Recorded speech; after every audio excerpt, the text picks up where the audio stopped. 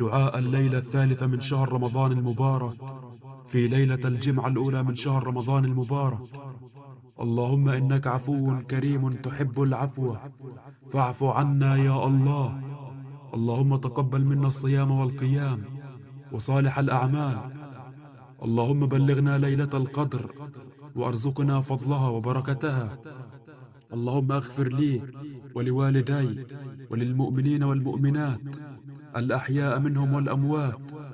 اللهم أصلح قلوبنا ونياتنا واغفر ذنبنا كله دقه وجله أوله وآخره.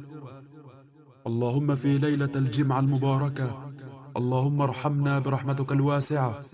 اللهم ارحم موتانا وموتى المسلمين يا رب العالمين. اللهم ارحم شهداءنا وتقبلهم يا رب العالمين. اللهم اشف مرضانا ومرضى المسلمين يا رب العالمين.